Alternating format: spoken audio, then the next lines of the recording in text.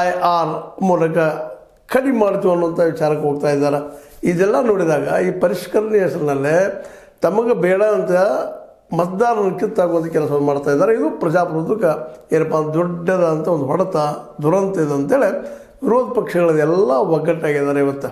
ಯಾಕೆಂದ್ರೆ already bogus ಮತಗಳನ್ನು ತೆಗೆದು ಹಾಕಿರಿ ಅಂತೇಳಿ 2022 17,000 ಮತದಾರ ಹೆಸರು ಕೊಟ್ಟರೂ ಸಹಿತ ಅದನ್ನು ತೆಗೆದು ಹಾಕಿಲ್ಲ. ಆದರೆ ಈಗ ತೆಗೆದು ಹಾಕ್ತಾ ಇದ್ದಾರೆ.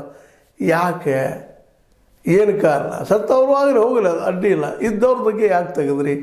ಯಾವ ಕಾರಣ ಕೊಡ್ತಾ ಇದ್ದೀರಿ ಇವತ್ತು? ಅವ್ರು ಈ ದೇಶದ ನಾಗರಿಕ ಹೌದು ಅಲ್ಲ ಮುಗಿದೋಯ್ತಪ್ಪ. ಏನು ಆಧಾರ್ ಕಾರ್ಡ ಮತ್ತು ಅದ್ರ ಜೊತೆಗೆ ಇನ್ನುಳಿದ 11 ಕಾರ್ಡ್ಗಳು ಹೇಳ್ತಾ ಇದ್ದಾರೆ. ಅದ್ರ ಒಂದಿದ್ದರೆ ಸಾಕು, ಮುಗಿದೋಗ್ಬಿಡ್ತು. ಮತ್ತೆ ಯಾಕೆ ತೆಗೆದಾಕಿದ್ರೆ ಅವ್ರನ್ನ ಅನ್ನುವಂಥ ಇವತ್ತು ದೊಡ್ಡ ಪ್ರಶ್ನೆ ಎದ್ದು ನಿಂತದೆ ಇವತ್ತು.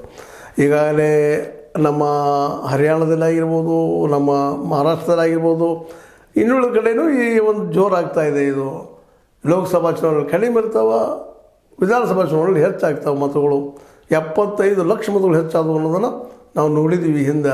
ಇದರ ಮಹಾರಾಷ್ಟ್ರದಲ್ಲೇ ಹಾಗೆ ಹರಿಯಾಣದಲ್ಲಿ ಎಲ್ಲೂ ಬಂದು ಇವರು ಯಾರು, ಇವರೆಲ್ಲ ಯಾಕೆ ಬಂದರು? ಮತ್ತು 2-3 ರಾಜ್ಯಗಳಲ್ಲಿ ಇವ್ರ ಹೆಸರು ಯಾಕೆ ಇರ್ತದೆ? ಅದಕ್ಕೆ ಏನೋ ಕಾರಣ ಹೇಳ್ತಾರೆ. ಅವರಿಲ್ಲ ಉದ್ಯೋಗ ಯಾರ ಇಲ್ಲಿ ತೆಗೆದಿಲ್ಲ, ಅಲ್ಲಿ ಹಾಕಿಸ್ಕೊಂಡ್ರು ಮಾಡಿರು ಅಂತೇಳಿ. ಅದಕ್ಕೆ ನೀವು ನಿಮ್ಮ ಜವಾಬ್ದಾರಿ ಅದು. ವೋಟರ್ ಒಂದು ID ಇಲ್ಲ ಅಂದ್ರೆ